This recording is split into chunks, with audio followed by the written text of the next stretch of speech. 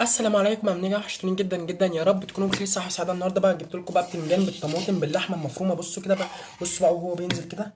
بصوا يا جماعة، يا لهوي يا جدعان، بصوا لحمة مفرومة ايه، بتزغرط في الطبق. والله العظيم ثلاثة. بصوا بس كفاية قوي كده.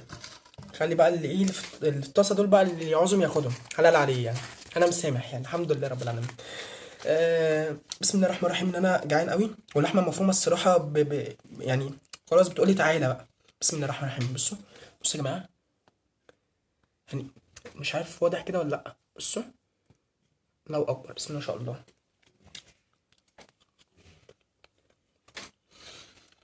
تحس ان الطماطم بتتدلع مع اللحمه المفرومه، بتتدلع مع البتنجان.